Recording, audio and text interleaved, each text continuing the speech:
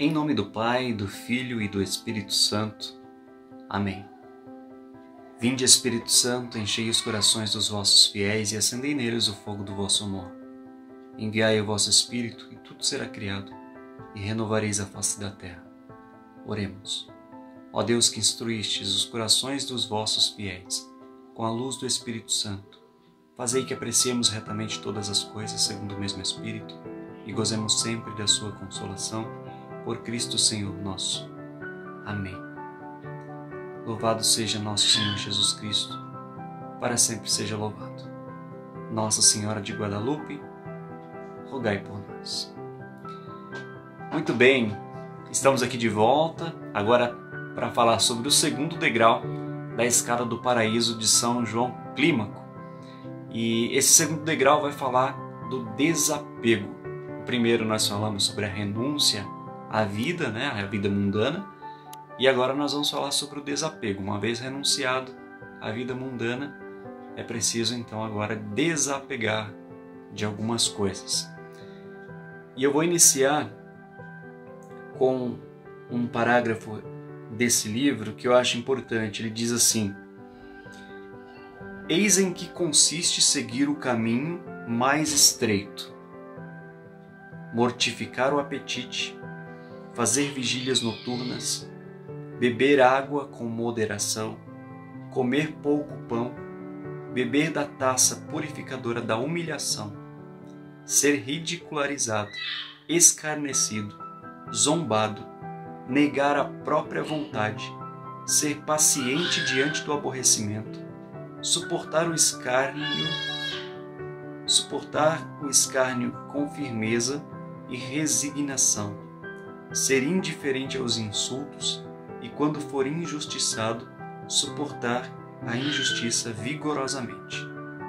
Também nisso consiste o caminho mais estreito: não se indignar diante da calúnia, não se irar diante da humilhação, ser humilde diante da condenação.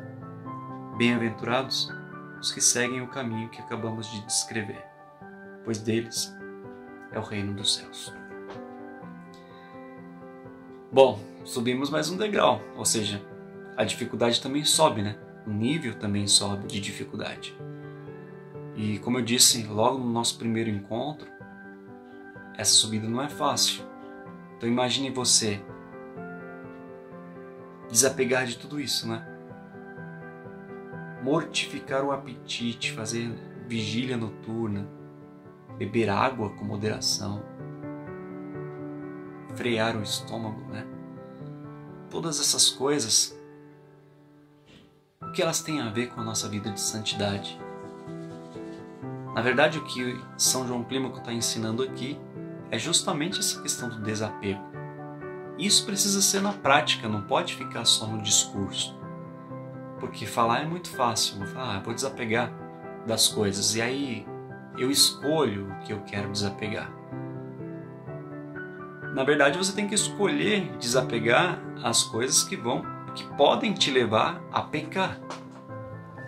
E o que tem a ver comida, beber água com isso? Tem muito a ver. Existe o pecado da gula, vocês sabem bem.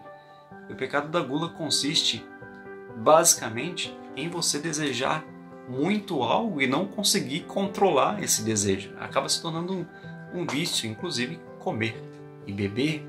Isso é o pecado da gula.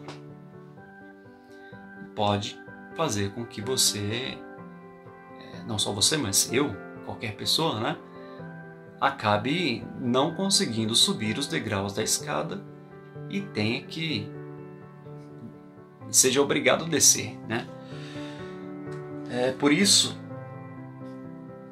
demonstra essa dificuldade do desapego a cada degrau que nós vamos subindo. Então nós estamos nesses primeiros 3, decidimos renunciar à vida no primeiro degrau e agora no segundo a gente decidiu que vai desapegar então.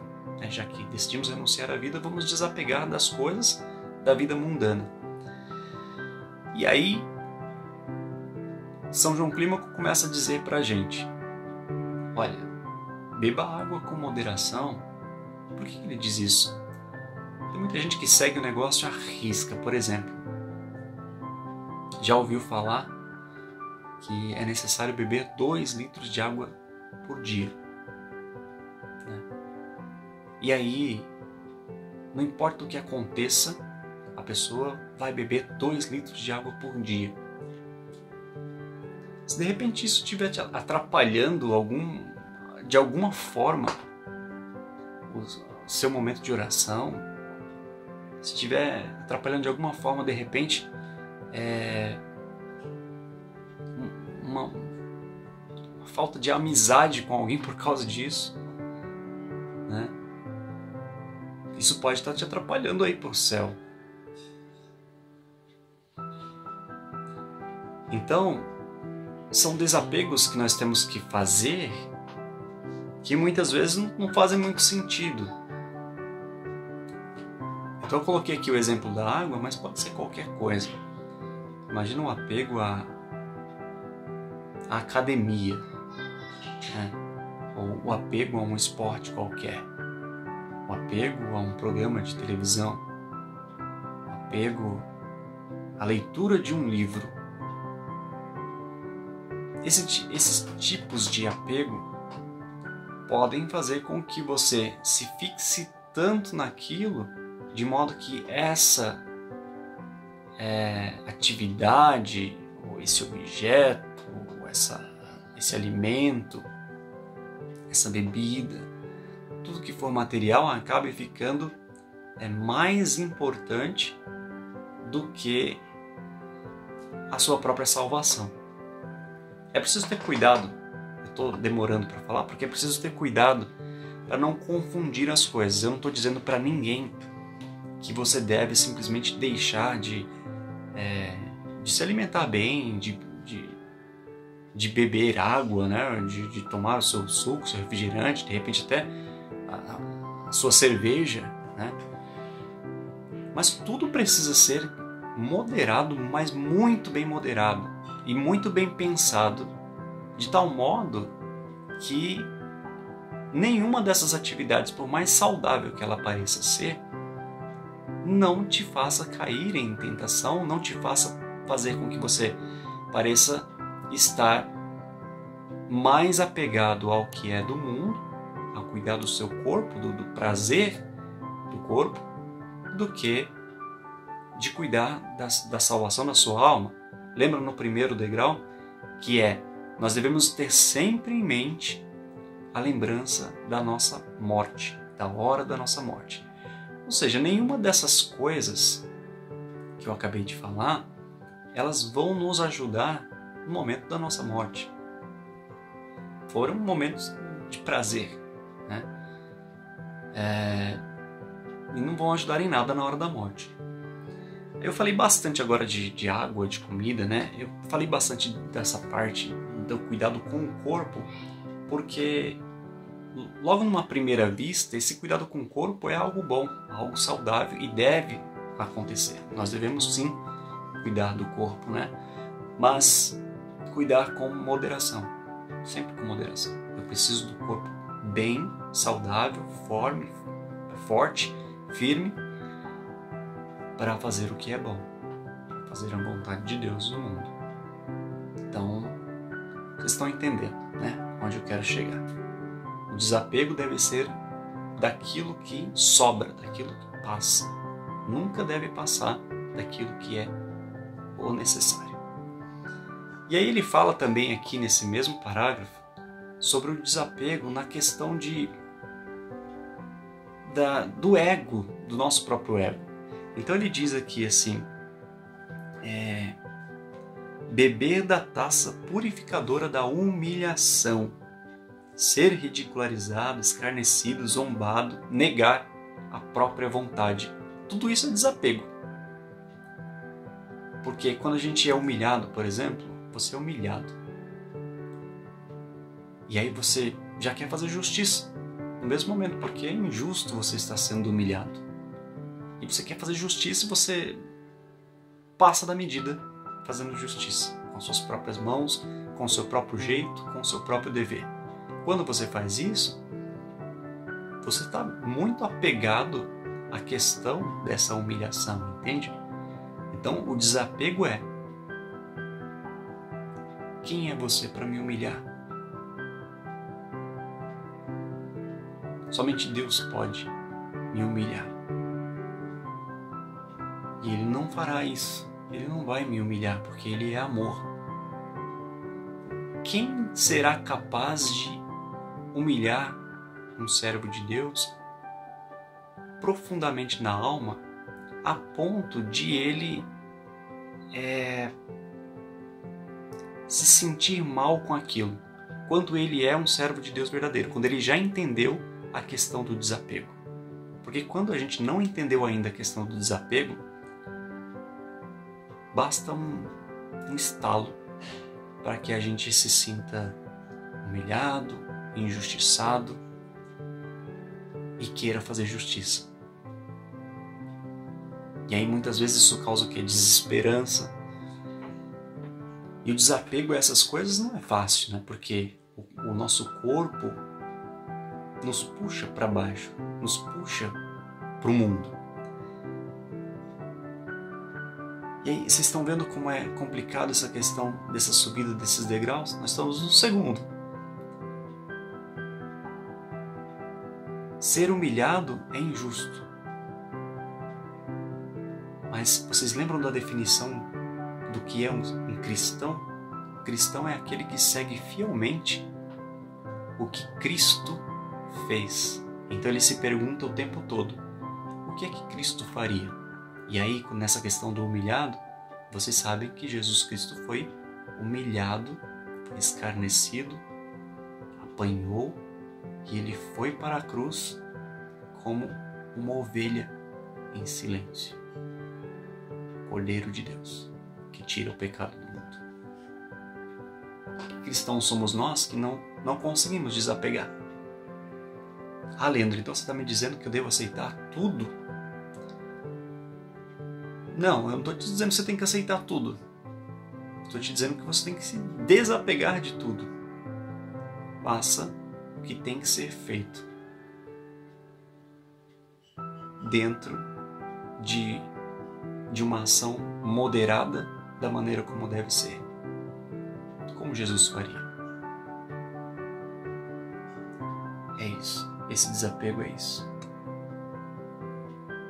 Suporta o escárnio com firmeza e resignação, é indiferente aos insultos e, quando é injustiçado, suporta a injustiça vigorosamente. Faz violência, né? É contra a própria vontade e consegue negar a própria vontade. Bem-aventurados os que seguem o caminho, porque deles é o reino dos céus. Esse é o degrau do desapego. E aí entrarão coroados na câmara nupcial celeste somente aqueles que tiverem feito a primeira, a segunda e a terceira renúncia. E aí olha só como vai dificultando aqui as coisas. Não vai desistir, hein, gente? Tá ficando difícil, né? Eu avisei no primeiro degrau que era difícil. Não vai desistir. Aquele que pega no arado e olha para trás não é digno de mim. Falei isso no nosso primeiro encontro. Vamos seguir firme e forte.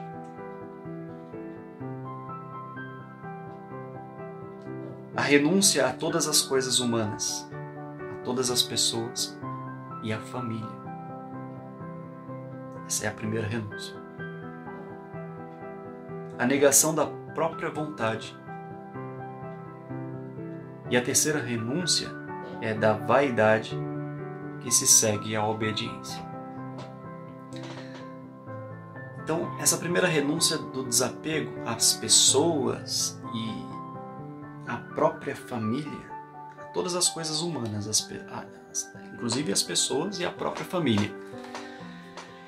Eu não estou falando, né, que a gente deve ignorar a nossa família, nem as pessoas, nenhuma delas.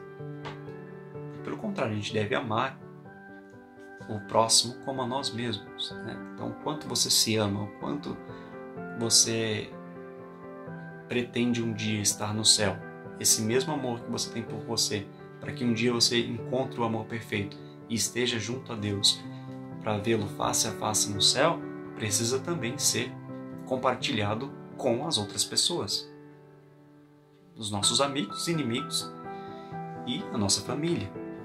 Então, o que quer dizer renunciar às pessoas e à família? Quer dizer o seguinte, que você não pode colocar ninguém acima da vontade de Deus. É isso que quer dizer.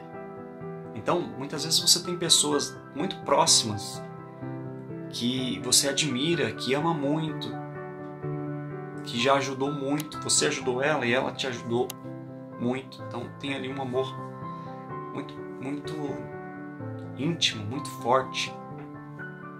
Mas, num dado momento, essa pessoa te aconselha alguma coisa que você percebe pelo discernimento que não vai de encontro com a vontade de Deus. E aí muitas vezes aí o inimigo trabalha, né? Trabalha para causar essa quebra desse elo, né? Diabolos, aqueles que quebra é o contrário do elo, né? Aquele que separa, aquele que divide. Ele vai trabalhar para que exista ali, ele sabe que você ama essa pessoa, que ela é da família, e que a pessoa também te ama. Então ela vai provocar um mal-estar muito grande para que você a escute, né? E talvez tente a pessoa para continuar insistindo naquilo e tente você para ouvir isso. E o contrário pode acontecer também, né? Não é só as pessoas que fazem isso com a gente pode fazer isso com as pessoas de repente. E aí a renúncia à família, no caso, é justamente isso. Eu prefiro renunciar a você, de repente até perder a sua amizade, do que perder a minha amizade com Deus, por fazer isso que você está me dizendo. Eu vou dar um exemplo muito prático nessa questão. É polêmico nos dias de hoje, bastante polêmico. Mas o cristão, né, católico, segue o catecismo da Igreja Católica, ele sabe que nós devemos respeitar a vida desde a sua concepção e proteger a vida desde a sua concepção. Aí imagina, a filha engravida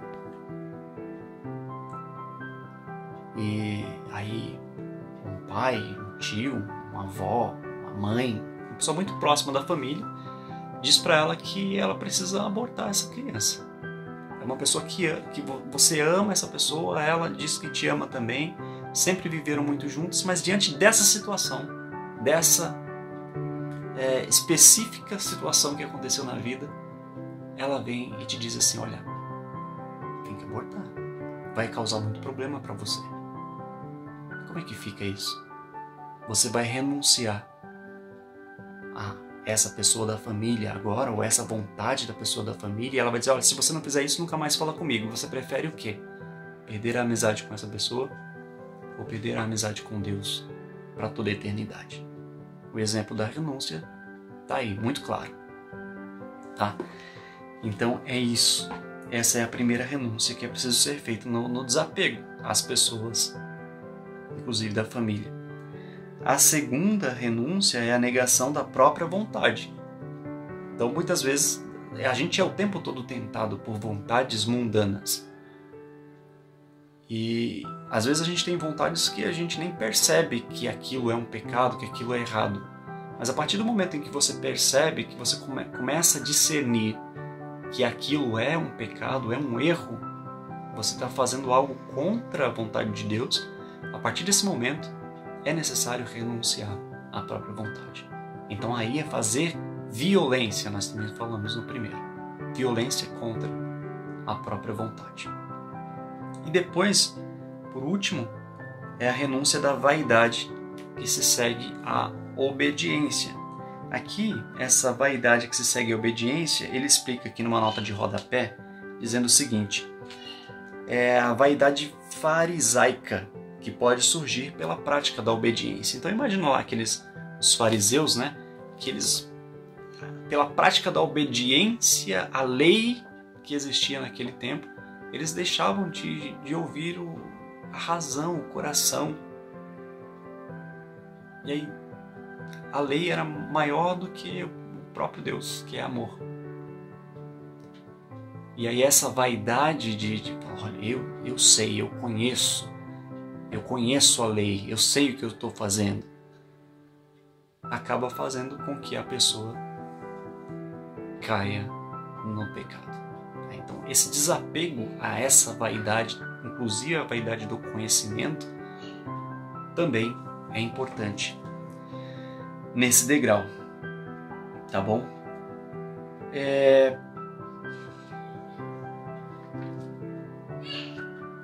Após a renúncia, os demônios inflamam os nossos corações com lembranças de nossa família e de nossos irmãos. Rezemos então e façamos da oração uma arma contra eles. Inflamemos em nós a lembrança do fogo eterno. Lembra da lembrança da morte? E aí nós devemos inflamar em nós essa lembrança do fogo eterno, porque se nós morrermos em pecado, para poder viver um momento de paz nesse tempo que passa, nessa vida desse mundo, a gente acaba correndo o risco de ficar eternamente, né, nesse fogo que não se apaga, né? Fogo eterno. Porque só assim apagaremos o inconveniente fogo de nossos corações. Esse fogo de nossos corações são as paixões momentâneas, né? Então a gente tem uma paixão momentânea, algo que aquece o meu coração pelo sentimento. E aí ele diz aqui que após essa renúncia, depois que nós decidimos então renunciar à vida e desapegar de algumas coisas mundanas, de todas as coisas humanas mundanas, né? Inclusive pessoas, família, como já falei, ele ataca a gente com sentimentos que aparentemente são sentimentos bons, de saudade, de poxa vida, por que eu renunciei, né? Por que eu fui brigar com a minha mãe, com meu pai, com minha avó, por causa do aborto? Não deveria.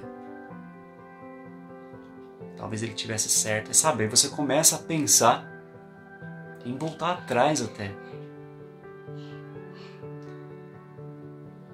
A gente deve pensar em voltar atrás quando esse voltar atrás é um arrependimento de um pecado que nós cometemos. Mas não voltar atrás em uma decisão que vai nos levar para o céu e que nós estamos obedecendo aquilo que Deus quer que nós façamos. Que não há nada de mal para ninguém, né? Deus é amor e Ele quer o bem de todos nós. Não matar, não furtar, respeitar pai e mãe, não pecar contra a castidade. Tudo isso vivendo em sociedade, o amor ao próximo, né? Se a gente pega os mandamentos ali, os 3 primeiros são relacionados ao nosso relacionamento direto a Deus e os outros 7 são relacionados com a nossa vida em sociedade, a nossa vida com as pessoas. E são justamente nesses ali, principalmente nesses, né, que é ali onde a gente pode mesmo tocar, onde a gente sente, a gente está tete a tete ali com as pessoas, que os demônios mais vão tentar cutucar para que a gente saia desse caminho, né, dessa subida dessa escada. Então, tomar cuidado com esses sentimentos que acabam chegando. Falsos, são sentimentos falsos, porque a verdadeira amizade que nós devemos proteger e cuidar sempre é a nossa amizade com Deus. Essa a gente não pode perder nunca e vigiar o tempo todo, porque se nós morrermos sem essa amizade, nós corremos um sério risco de não tê-las nunca mais.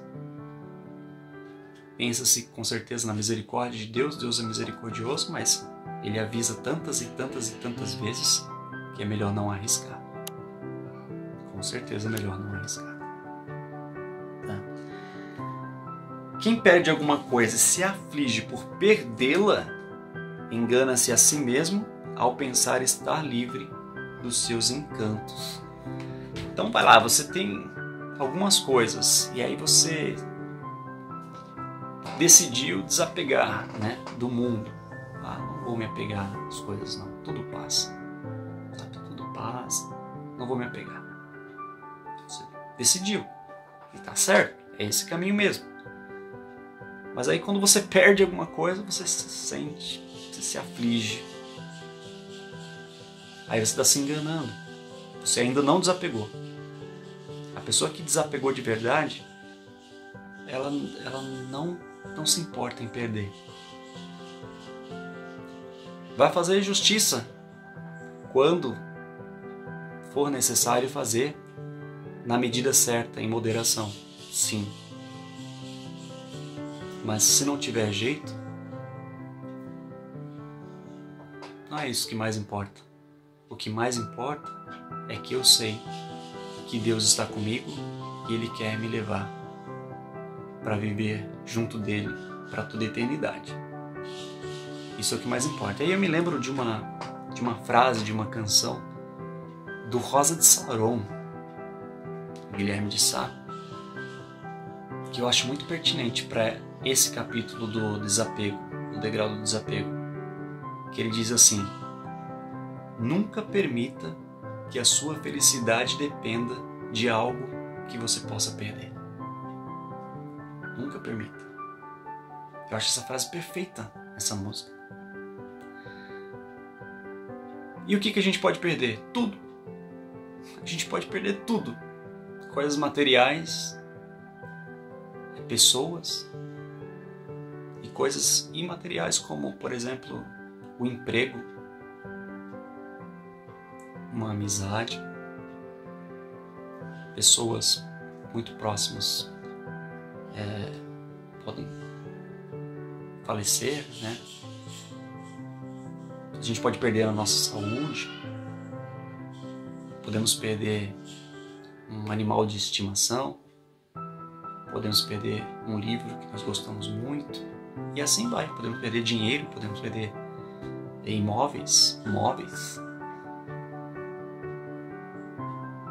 Mas nenhuma dessas coisas deve estar garantindo que nós sejamos felizes, ou seja, estou prendendo a minha felicidade, ela depende completamente de eu ter aquilo comigo, aquela pessoa comigo, aquela oportunidade comigo. Se eu perco isso, eu perco a minha felicidade. Então, se isso acontece com alguém, isso quer dizer que ela ainda não desapegou. Ela ainda não está sequer no segundo degrau dessa escada. Male está no primeiro. Está renunciando às coisas da vida mundana ainda, mas ainda precisa aprender a desapegar, né? Então nunca permita que a sua felicidade dependa de algo que você possa perder. Nós podemos perder tudo. Qual é a única coisa que nós não podemos perder uma vez tendo essa coisa, né? Não podemos perder. É o próprio Deus. Essa é a única coisa que nós não podemos perder. Aí você vai viver tristezas, vai viver dificuldades, vai viver problemas na vida, mas você sabendo que você tem Deus para se segurar na mão dele.